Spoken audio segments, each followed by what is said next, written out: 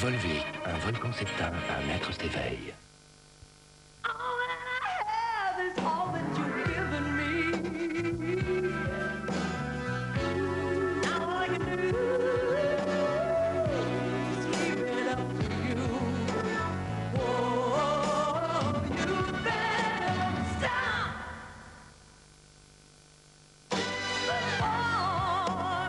Parce qu'il est très riche en arabica, dès la première cuillère, tout le bon goût d'un grand café. Maxwell Qualité Filtre, ce n'est pas la peine d'en rajouter.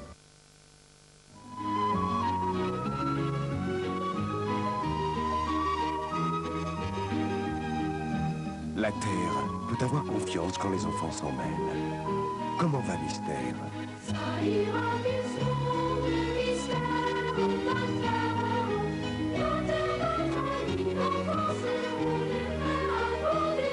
Comment va Mystère? Un disque compact et une cassette audio. France 3 Collection, en vente partout.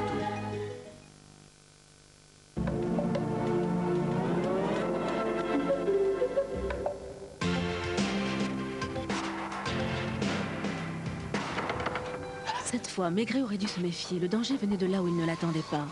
La nuit du carrefour, avec Bruno Kremer. Les infortunés ont toujours plus d'innocents que le criminel.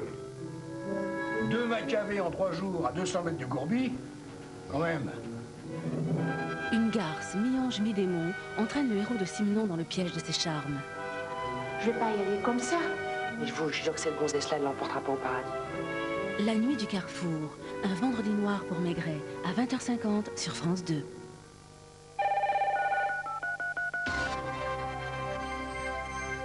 Allô, oui. Rebonsoir. Vous êtes là, formidable. Alors, on va tout de suite se lancer avec Hugo sur un nouveau parcours et j'accueille un candidat, à moins que ce ne soit une candidate. Allô, allô? Allô? Allô, bonjour, quel est votre nom? Sandrine. Sandrine comment? Dutilleux. Quel âge avez-vous, Sandrine? 22 ans. Et vous nous téléphonez d'où? De Marseille. De Marseille? Bon, écoutez, alors, on va procéder à un échange. Est-ce que le soleil des Bouches-du-Rhône, on pourrait l'échanger, par exemple, pour le soleil de la Savoie? Je sais qu'il fait très très beau en ce moment à Belle-Plagne. 8 jours au sport d'hiver, ça vous tente? Ah oui. Pour ça, bien sûr, il vous faut faire des prouesses sur le parcours de l'avion. Vous avez vu clignoter les touches, le 4, le 6. On tape sur le 0 à présent, on se lance, vous prenez de l'altitude. Prêt, commandant? Et puis vous nous faites Alors, 4500 points, d'accord? Allez, vous tapez sur le 0, ce qui va faire tourner l'hélice de l'avion. Tapez à nouveau, bien fort. J'espère pouvoir vous donner à la fin de ce parcours votre brevet de pilote. Alors bien sûr, il vous faut vous frayer le plus judicieux chemin entre toutes ces embûches. Les pièges à éviter sont les ballons rouges ainsi que les orages. En revanche, je vous intime l'ordre de foncer sur les ballons bleus pour les bonus. Faites-moi très vite disparaître ces 4-0. Voilà, foncez sur les ballons bleus. Sandrine, vraiment c'est un ordre. Si vous voulez, au bout de ce parcours, remporter notre voyage à Belle-Plagne, vous savez qu'il vous faut faire un minimum de 4500 points. On a eu des candidats très très talentueux tout au long de la semaine. Attention au ballon rouge, fuyez-les. 720 points pour l'instant. Attrapez-moi des bonus, 960 points, tout se passe bien. Pas de problème du côté du fuel. Hugo vient de se retourner, nous a fait un petit clin d'œil. Il pilote confiant. Le ciel est ma foi s'est dégagé. Attention au ballon rouge, attention, attention. Vous foncez dessus, au secours. Aïe, aïe, aïe. Quel crash. Oui, quelle gamelle, comme vous dites.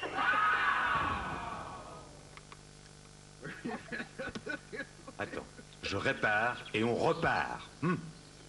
Allez, commandant, reprends le manche, allez. 1200 points, mais ça peut s'améliorer, je le sais. Ressaisissez-vous. Et puis vous savez que lorsque vous voulez voir votre position par rapport à l'axe de décollage, vous pouvez taper sur le 0 en choisissant le moment le plus judicieux, c'est-à-dire quand il n'y a pas trop de ballons rouges autour de vous. Vous êtes très excentré. C'est la raison pour laquelle, voilà, il y a panne de fuel. Et là, je ne vois plus de ballons bleus pour les bonus. Hélas, hélas. 2160 points, Sandrine. Il faudrait un petit miracle pour atteindre les 4500 qui sont nécessaires désormais pour se glisser dans le top 3. 2160 points avec les bonus. Hélas, ça ne suffit pas, Sandrine. Oui. Aïe, aïe, aïe. Bon, écoutez, de toute façon, vous repartez avec un cadeau de participation. Je vous embrasse et puis nous nous retrouvons demain, 20h, en direct. D'accord? D'accord. Bye bye. Au revoir. Au revoir.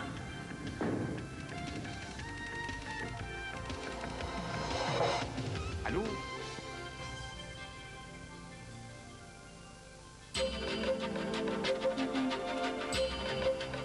Dans 3 petites secondes, Depardieu, Carmet, Piccoli, Hanin, le sucre.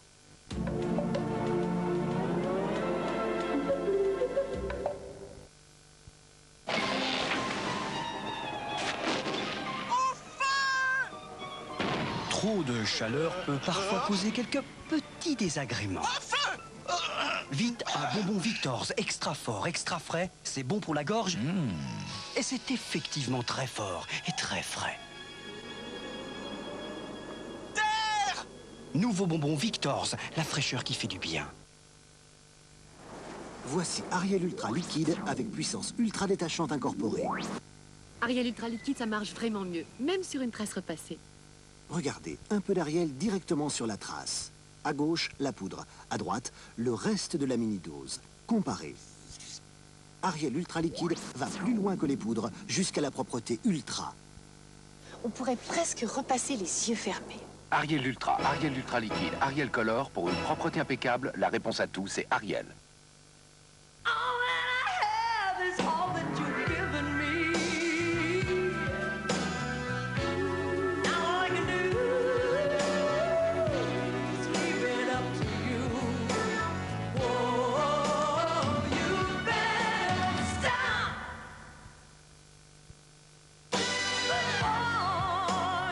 Parce qu'il est très riche en arabica, dès la première cuillère, tout le bon goût d'un grand café. Maxwell Qualité Filtre, ce n'est pas la peine d'en rajouter. Carolin lave à fond vos carrelages et en plus protège contre les taches.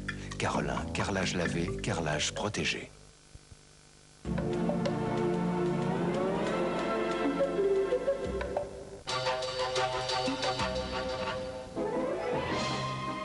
Un événement sur France 3. Et je dirais même plus, sur France 3, un événement.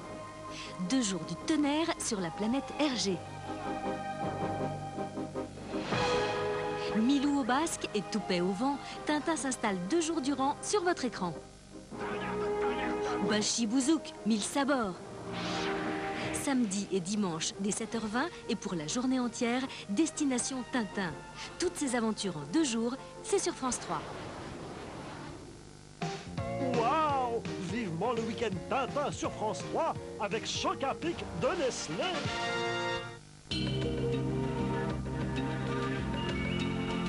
Ce qu'il faut retenir de l'actualité, le soir 3, 22h35.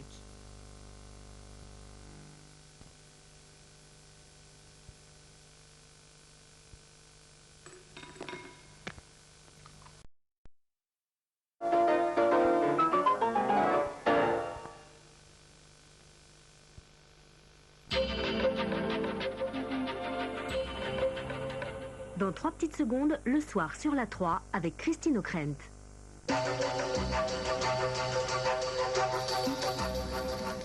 Dimanche, Julien Lepers nous invite à souffler les 1000 bougies de Questions pour un champion. Pour un anniversaire au sommet, 4 masters en titre s'affronteront au cours d'un master des masters exceptionnel. Vainqueur de la 500e, Jean-Marc Anfossi rencontrera le gagnant pour le titre d'As des As.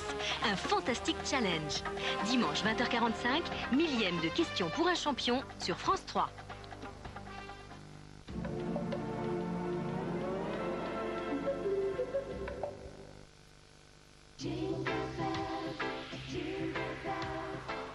Du 19 au 30 novembre, les 10 jours champions Peugeot, c'est Noël avant Noël.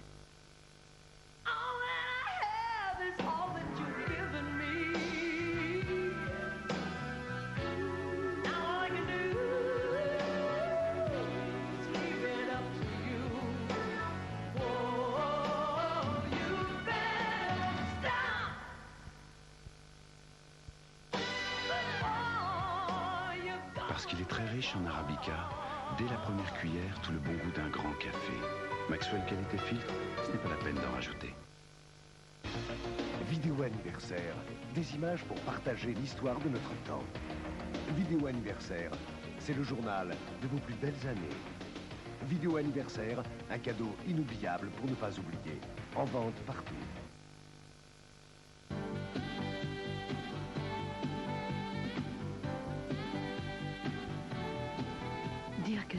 ciel et terre pour le trouver. C'est incroyable. La couleur, le tissu, la forme, tout. C'est exactement le chemisier que je cherchais. Vous l'aimez? Alors ne prenez aucun risque en le lavant. Faites confiance aux spécialistes Coral. Lavons ces tissus l'un avec une grosse lessive couleur, l'autre avec Coral. Regardez. La mousse de Coral lave, enveloppe et protège activement les fibres. Résultat, Coral garde les couleurs toujours aussi éclatantes.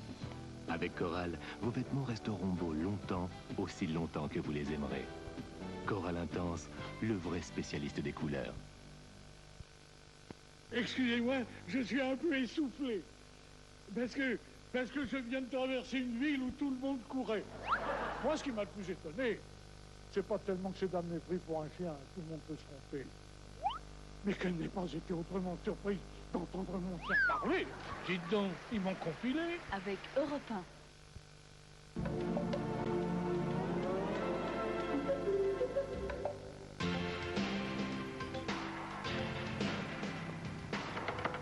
Cette fois, Maigret aurait dû se méfier. Le danger venait de là où il ne l'attendait pas. La nuit du carrefour, avec Bruno Kremer. Nous importunons toujours plus d'innocents que le criminel. 2 Maccabées en 3 jours à 200 mètres du Gourbi, quand même.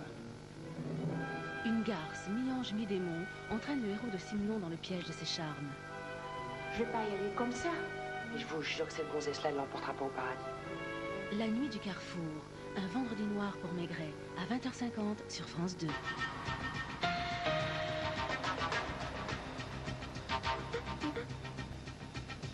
Des sous-marins nucléaires au fond des mers et des fuites radioactives, des incidents à répétition dans des centrales délabrées, aucun moyen mobilisé pour y remédier, le péril nucléaire à l'Est s'aggrave. Que faire? Les réponses de Jacques Attali et de Michel Barnier. Bonsoir. Ils partirent à 14 pour une course lointaine. Au bout de 5 jours de mer et de tempête, l'un d'eux est mort, 6 autres ont fait demi-tour et l'un des concurrents avait péri avant le départ. Le Vendée Globe, la course autour du monde en solitaire et sans escale à la voile, course de courage, de vitesse et d'endurance à la fois, prévue sur 4 mois, a viré aujourd'hui au tragique. Xavier Bodin-Hulin. Je vous fais un bisou. Les Sables d'Olonne, en début d'après-midi. Jean-Luc Van Den Heede va reprendre la mer après réparation. Il sait que l'on vient de retrouver le corps de Nigel Burgess et pourtant, il repart. Même avec de l'expérience, même avec beaucoup de compétences, parce que Nigel était sûrement un des concurrents les plus gentils, les plus compétents, et ben personne n'est à l'abri de quoi que ce soit, et la moindre erreur est fatale. Le corps du Britannique Nigel Burgess a été retrouvé en pleine mer par la Marine nationale, non loin de son bateau. Il portait un coup à la tête, il était dans sa combinaison de survie, une balise de détresse en bandoulière. Il a sans doute été assommé avant de tomber à l'eau. Un mort, 2 avec Mike Plant, disparu en mer avant de rejoindre le départ. 6 avaries graves, la dernière, Loïc Perron, obligé de faire demi-tour, voie d'eau. L'explication, au-delà de la tempête, violente certes dans le golfe de Gascogne, c'est sans doute que la première édition du Vendée Globe s'était trop bien passée. Il fallait d'abord arriver. Et vraiment, on avait la trouille tous au départ. On avait préparé nos bateaux, ils étaient beaucoup plus lourds parce qu'on avait apporté beaucoup de matériel de rechange. Tout était un peu plus surdimensionné. Et ce coup-ci, c'est sûr que c'était une régate. Des bateaux plus légers, plus pointus, plus fragiles, pas d'accord, dit l'organisateur. Les bateaux progressent, je dirais, d'une manière considérable à chaque compétition et les bateaux sont de plus en plus sûrs. Les temps ont changé, maintenant on progresse, quelles que soient les conditions météo, et on ne s'occupe plus de savoir si c'est tempête ou pas. On avance et c'est le seul truc qui compte. Certains envisageaient une immense régate autour du monde, alors que cette course absolue reste une expédition. Ce n'est que le 5e jour, il en reste au moins 100. Rebondissement judiciaire dans l'affaire du sang contaminé. On vient d'apprendre qu'Alain Mérieux, le président de l'Institut Mérieux, a été entendu aujourd'hui par la police judiciaire de Lyon dans le cadre d'une enquête préliminaire sur l'exportation jusqu'en 1985 de sang potentiellement contaminé. L'enquête a été ouverte par le parquet de Lyon, mais on ne connaît pas encore l'origine de la plainte. Crise transatlantique, crise européenne, crise agricole, crise politique, tous les ingrédients sont réunis pour continuer à faire du GATT et du projet d'accord agricole un long feuilleton compliqué. Dernier rebondissement aujourd'hui, la Commission de Bruxelles confirme bien la compatibilité entre le projet d'accord et la politique agricole commune. Le gouvernement français exclut l'idée d'un veto imminent et le patronat exprime pour la première fois sa crainte d'une crise européenne. Claire Sébastien, Xavier Bodin-Hulin. Le veto, la gauche l'a voté, la droite le voulait, les agriculteurs en rêvaient. Mais le patronat n'en veut pas, lui. Pour le CNPF, ce serait une grave erreur, extrêmement dommageable pour les entreprises françaises. Reste politiquement le hiatus entre la droite, qui n'a pas donné sa confiance au gouvernement, et les agriculteurs. Aujourd'hui, il fallait un consensus national. La droite a préféré jouer une politique partisane. On ne comprend pas. Nul ne peut douter que c'est dans les rangs de l'opposition que se trouvent les défenseurs les plus ardents, les plus constants, les plus efficaces de l'agriculture française. À 4 mois des élections législatives, l'opposition va devoir expliquer son refus de vote dans les campagnes. La Cour de cassation examine aujourd'hui le non-lieu de Paul Touvier, prononcé en avril dernier. Un arrêt qui avait soulevé une vague d'indignation. Ce soir, l'avocat général réclame une cassation partielle de l'arrêt afin de juger l'ancien chef de la milice de Lyon pour le meurtre de 7 juifs en juin 1944 à Rueil-le-Pas. Au-delà du cas Touvier, c'est bien la vraie nature du régime de Vichy qui est en cause. Décision attendue demain soir. J'ai effectivement proposé que ce service minimum soit mis en place à la RATP. Il voulait le service minimum, la grève, et les syndicats en ont décidé autrement. Christian Blanc, le PDG, a préféré démissionner. Ce soir, les syndicats ont levé le préavis de grève pour demain. Émotion, diplomatie et explication au 2e jour de la visite de François Mitterrand en Israël. Émotion avec la visite au mémorial des Juifs à Jérusalem. Diplomatie avec la rencontre avec Faisal al-Husseini. Le président a réaffirmé les droits des Palestiniens et s'est déclaré favorable aux élections dans les territoires. Il a souligné le rôle de l'OLP. Jusqu'ici, je n'ai pas aperçu d'autres forces en mesure de s'exprimer au nom des Palestiniens, autre que l'OLP. Explication enfin sur le thème du dépôt de gerbes au maréchal Pétain. François Mitterrand a déclaré partager la douleur de la communauté juive de France. Il m'appartient, dit-il, d'en faire la preuve. L'Irlande dit non à l'avortement. C'est ce que montrent les premières estimations du référendum qui visait à instaurer une IVG dans certaines conditions. Résultat officiel, demain. Leçon de civisme à la cour d'Angleterre. La femme la plus riche du monde, la reine Elisabeth II, veut payer des impôts afin de participer à l'effort national en ces temps de récession. Après l'incendie du château de Windsor et les déboires familiaux, 92 est décidément une année maudite. Conversation aux États-Unis entre le président Bush et l'ONU et le Conseil de sécurité de l'ONU sur l'envoi éventuel de soldats américains en Somalie pour assurer la distribution de l'aide humanitaire. Pardon. Une dépêche m'apprend à l'instant que le président élu Bill Clinton a été tenu au courant par la Maison-Blanche de ces pourparlers. Sur le nombre, les experts ne sont même pas d'accord entre eux sur le danger qu'ils représentent, sur la difficulté à neutraliser leurs charges radioactives. Ils sont unanimes. Il y a au fond des mers 7 ou 8 sous-marins nucléaires qui ont coulé et qui restent chargés. 5 de ces sous-marins sont soviétiques, le plus menaçant parce que le plus proche des côtes repose depuis 3 ans au large de la Norvège. Et on apprend ce soir, dans un article publié par les Nouvelles de Moscou, que les torpilles de ce sous-marin émettent bien de la radioactivité depuis au moins 1 an. Pierre Babet. Ce sous-marin nucléaire russe a eu de la chance, beaucoup de chance, car il n'a que brûlé, sans sombrer. En revanche, celui-ci n'a pas eu de chance. Il a coulé, 42 morts, et emporté dans son naufrage les matières radioactives de ses 2 missiles et de sa chaudière nucléaire. Le naufrage du Komsomolets remonte à 3 ans et demi. Dans 2 ans, ses protections auront été rongées par la corrosion marine. Danger que l'uranium et surtout le césium-137 ne viennent contaminer la chaîne alimentaire. Le césium poserait peut-être davantage de problèmes car le césium peut être retenu par la chair de poisson. Et ça, toutes les études que nous avons faites en Manche, les rejets de césium sont pratiquement inexistants à l'heure, ou très très faibles à l'heure actuelle. Le césium de Tchernobyl aussi a été relativement important en 86-87. On a bien suivi son impact, en particulier par la mer Baltique. Nous étions en Baltique. Et donc le comportement du césium est bien connu. Effectivement, il se fixe sur la chair des poissons. Mourmansk, la plus grande base navale de l'ex-URSS. C'est de là que partent les sous-marins nucléaires. Naguère, cité interdite, aujourd'hui ouverte à tout vent. Comme si les Russes voulaient montrer aux Occidentaux les risques qu'ils encourent si on ne les aide pas à maîtriser l'énorme machine nucléaire héritée de la guerre froide. Coïncidence, il y a moins d'une semaine, 2 journalistes parvenaient à sortir du port de Mourmansk de la matière radioactive et à faire crépiter du même coup le sale petit bruit de compteur Gégère dans les oreilles des Occidentaux. Jacques Attali, bonsoir. Vous Bonsoir. êtes, depuis ses débuts, le président de la BERD, la banque mise en place pour financer la reconstruction à l'Est.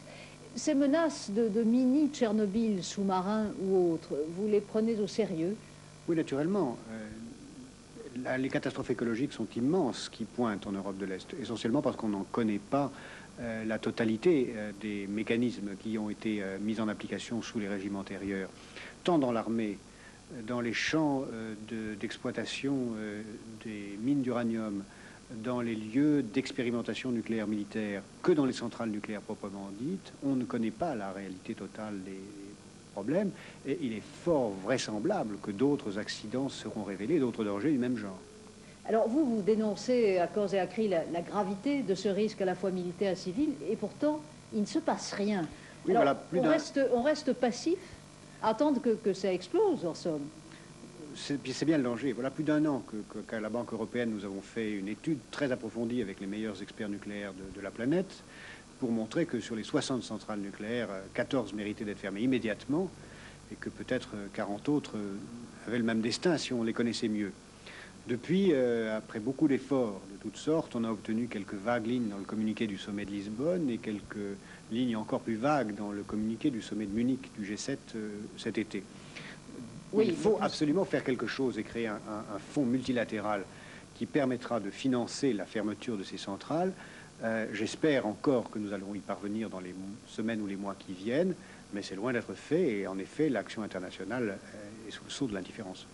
Michel Barnier, vous êtes député RPR, président du Conseil général de Savoie. Vous travaillez beaucoup sur les questions d'environnement et vous venez de publier chez Plomb un excellent atlas des risques majeurs où vous dressez notamment une carte de ces périls nucléaires. 16 Tchernobyl en puissance, dites-vous. C'est vraiment le chiffre? Une bonne quinzaine de centrales qui menacent d'exploser. On a vu à Kozlodui en Bulgarie, une autre en Lituanie, de vraies menaces depuis quelques semaines. Mais c'est une partie du problème. Comme fait partie de ce problème ces sous-marins dont on vous avait parlé et d'autres cimetières de sous-marins coulés avec leur combustible nucléaire au large de la presqu'île de Kola. Et sans parler, comme le disait Jacques Attali, de tout ce qu'on ne sait pas, parce qu'il y a encore le secret militaire dans toute la surface de la Sibérie. Je crois donc que le moment est en effet venu que les politiques se saisissent de cette question et que, au fond, parce que c'est notre intérêt, parce que c'est notre sécurité, nous agissions. Un exemple, vous l'avez mentionné, en matière de centrales nucléaires, la technologie soviétique a équipé les quelques 17 centrales de l'ancienne Union soviétique, dont 5 sont du même type que Tchernobyl, mais elle a aussi, bien sûr, installé dans les ex-pays satellites plusieurs centrales, dont la plus importante et l'une des plus dangereuses est celle de Kozlodui, en Bulgarie. Dominique Dumas et Pierre Michel l'ont visité pour nous.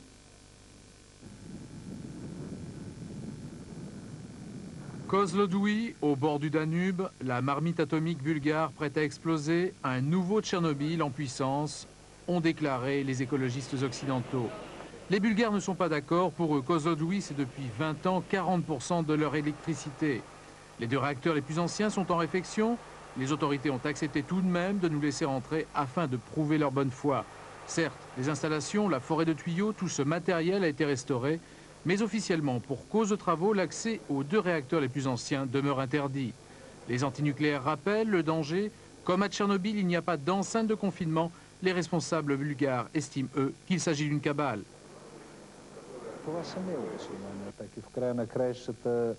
Je pense que ces attaques contre Kozlodui ne sont pas justifiées. Nous sommes sous le contrôle de l'Agence internationale de l'énergie atomique de Vienne. Nous sommes également surveillés par les autorités roumaines et bulgares et nous avons des moyens pour contrôler l'environnement et éviter les problèmes. Des propos volontairement rassurants, confortés par la présence d'une douzaine de techniciens occidentaux, parmi lesquels des personnels français délégués par EDF. Les prêts accordés à la Bulgarie par la communauté européenne permettent d'améliorer la sécurité sans pour autant atteindre le niveau occidental.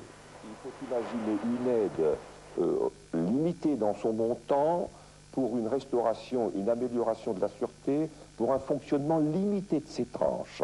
Par exemple, pour les tranches 1 à 2, qui ont maintenant 20 ans, on envisage une restauration pour une poursuite de l'exploitation pendant 5 ans. Les réacteurs 1 et 2 vont donc reprendre le service au grand désespoir des écologistes qui rappellent toujours l'absence cruelle d'enceintes de confinement et la menace de pollution nucléaire. Que ce soit ici en Bulgarie ou dans les autres pays de l'Est, les centrales nucléaires sont encore considérées comme une garantie d'indépendance énergétique. Il faut reconnaître qu'à l'Est, on n'a pas les mêmes notions de la sécurité par rapport au nucléaire. Plus grave peut-être, la centrale nucléaire d'Ignalina en Lituanie. Modèle calqué sur Tchernobyl, elle fournit presque la moitié du courant de cette république balte. L'arrêt brutal de 2 réacteurs ces dernières semaines plonge le pays dans de gros problèmes énergétiques.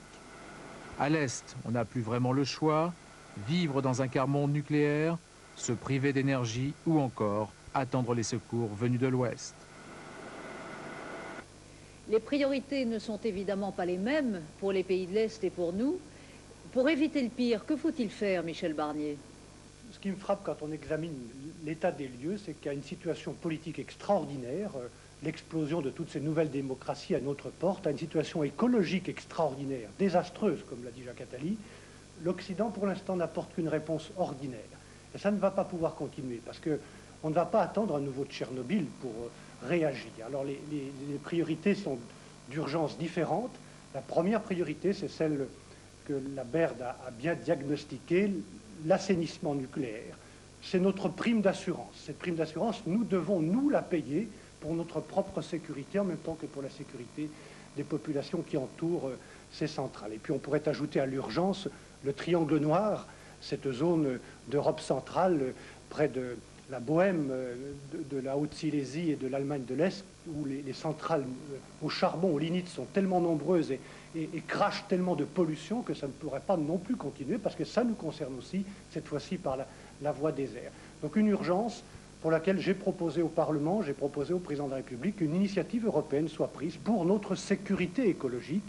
Et parce qu'il s'agit de sécurité, il me semblerait normal que les politiques, les chefs d'État décident de faire basculer un tout petit peu des crédits militaires, de la sécurité militaire vers la sécurité écologique. J'ai chiffré le besoin à 0,33% des crédits militaires de l'Alliance Atlantique.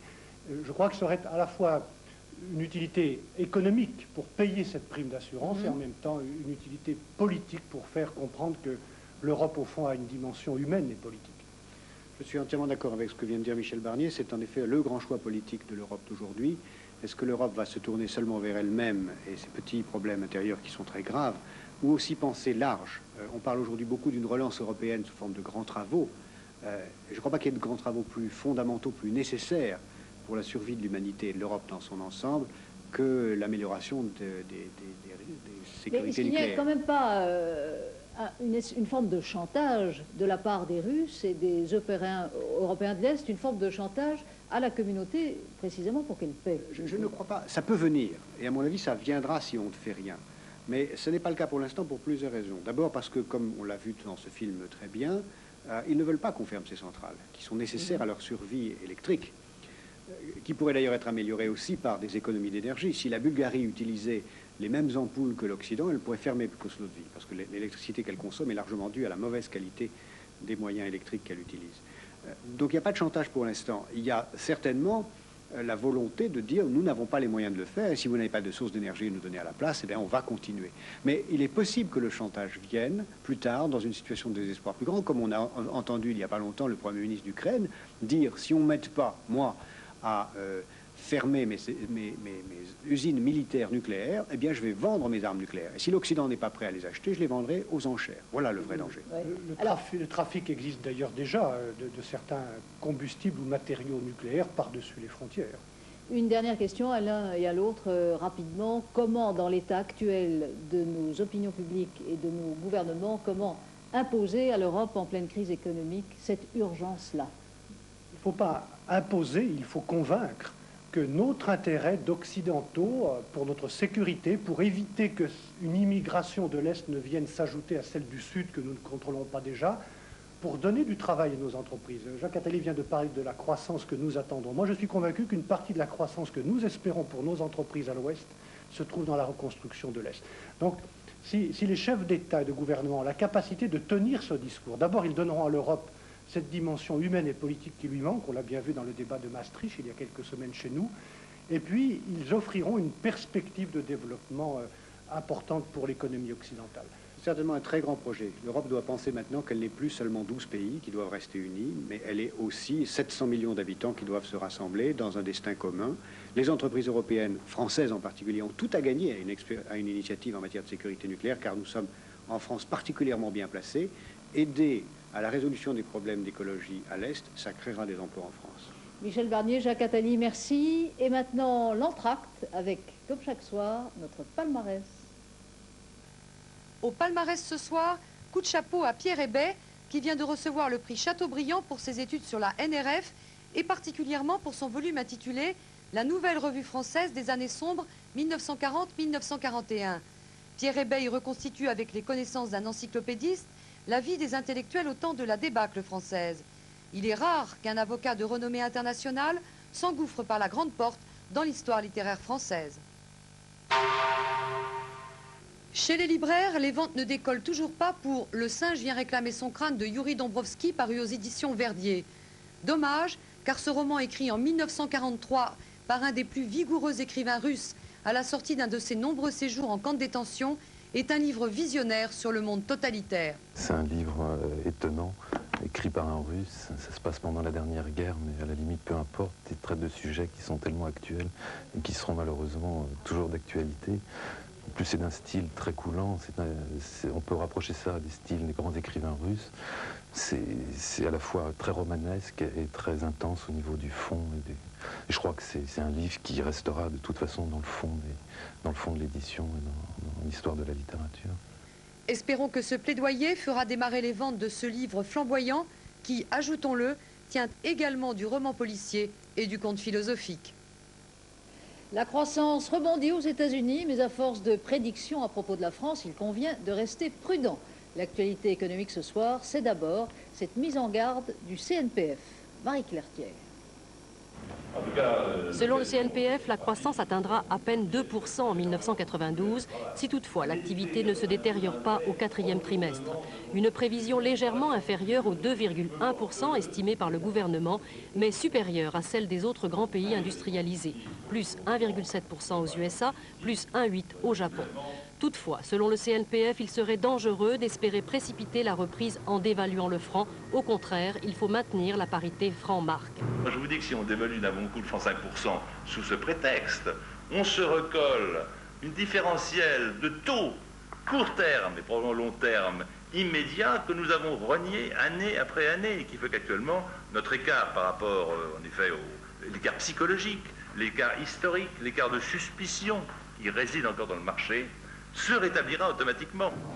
C'est en maintenant cette stabilité franc-marque que l'on pourra, selon le CNPF, le plus sûrement réduire les taux d'intérêt à court terme, en même temps que les taux allemands au cours du prochain semestre, ce qui permettra de faire redémarrer les investissements qui aujourd'hui ralentissent dangereusement.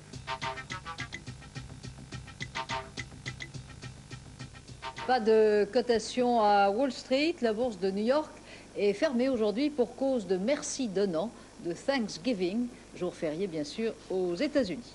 Et puis un coup de cœur ce soir avant de nous quitter, un coup de cœur pour l'expérience ultime. C'est le titre donné à une compilation des meilleurs morceaux d'un immense guitariste, moitié noir, moitié indien, qui a renouvelé l'histoire du rock.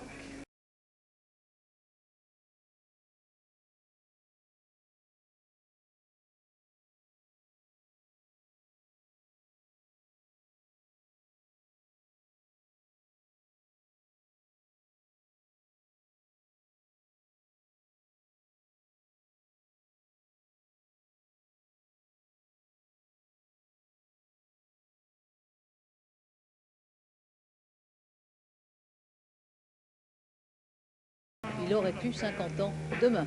Sa musique, elle, n'a pas pris une ride. Tout de suite, le temps de demain avec Michel Touret. Et puis sur France 3, un film. Et quel film? Une anglaise romantique de Joseph Losey. Demain soir, vous avez rendez-vous avec Éric Cachard. J'aurai le plaisir de vous retrouver lundi. À lundi.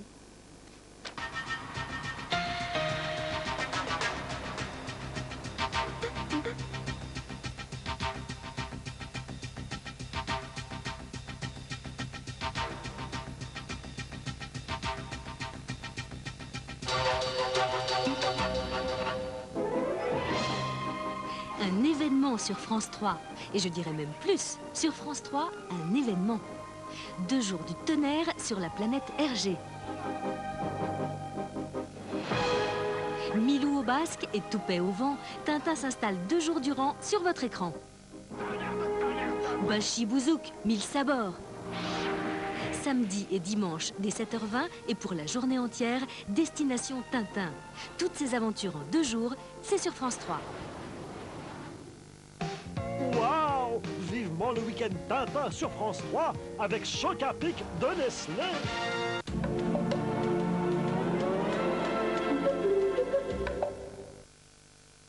Et dire que tous les matins vous faites cette tête-là.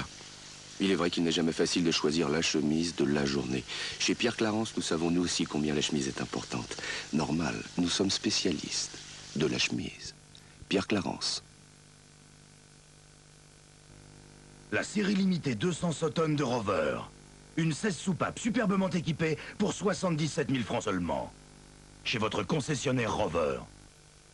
Skyrock présente Rockline. Rockline 3, le défi.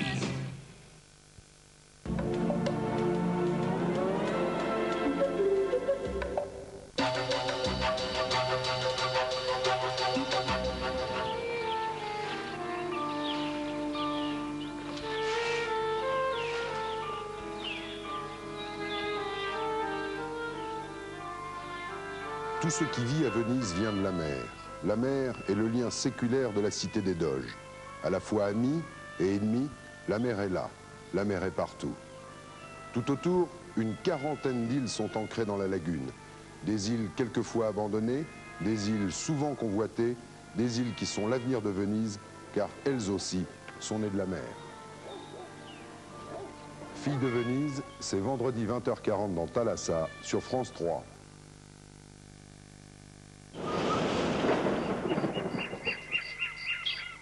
Bon duel, légumes surgelés.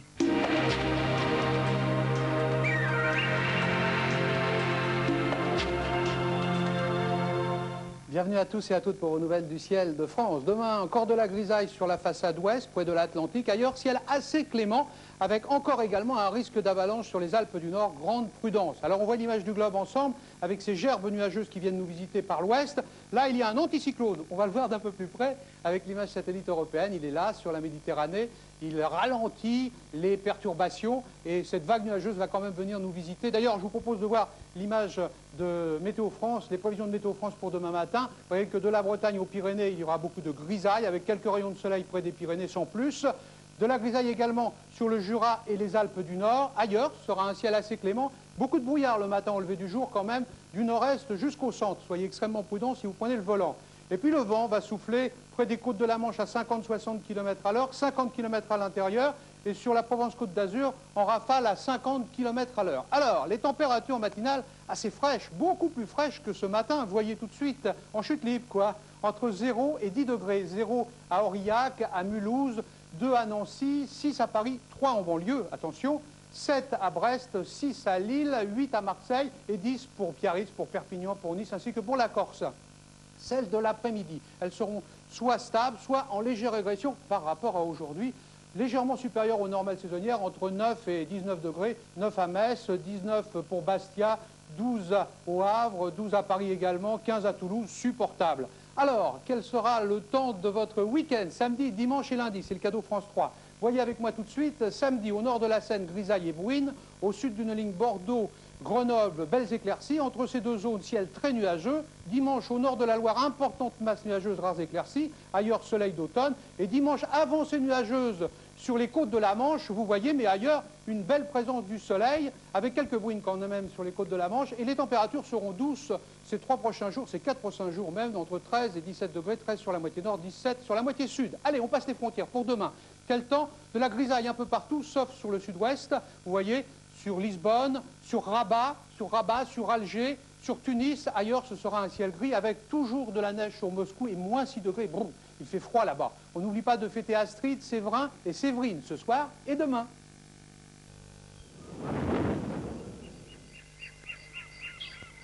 Quand c'est bon duel.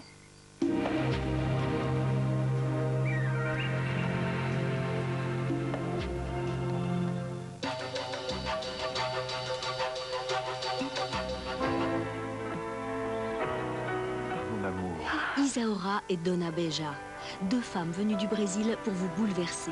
2 histoires déchirantes et déchirées. C'est les fers. Des corps et des cœurs chavirés.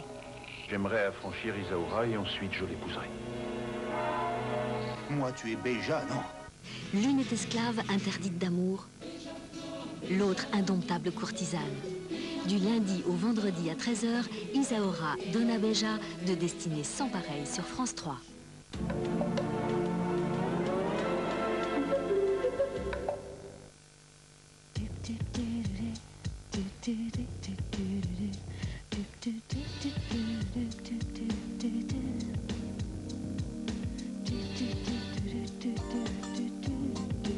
Mercedes 190 Optimum, 140 000 francs. On ne peut quand même pas attendre toute une vie.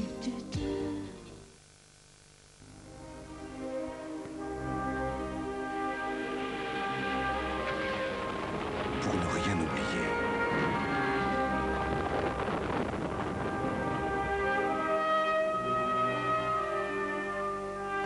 Pour ne rien oublier de l'éternelle confrontation du soldat et de la guerre. Un flot d'images lancées comme autant de bouteilles à la mer. Les vrais visages de la guerre. Reporters de guerre, 2 cassettes vidéo pour ne rien oublier. Excusez-moi, je suis un peu essoufflé. Parce que je viens de traverser une ville où tout le monde courait. Moi, ce qui m'a le plus étonné, c'est pas tellement que ces dames m'aient pris pour un chien, tout le monde peut se tromper. Mais qu'elle n'ait pas été autrement surprise d'entendre mon chien parler. Dites donc, ils m'ont compilé. Avec Europe 1. Si vous êtes fatigué, pas en forme, pour vous remettre en forme, faites une cure de Supradine. Supradine, 11 vitamines, 9 minéraux pour remettre votre forme en forme. Supradine est un médicament pour les adultes et les plus de 15 ans. Émotion 2. 26 titres pour une ambiance sensuelle et passionnée. Émotion 1 et 2. Les compilations de charme.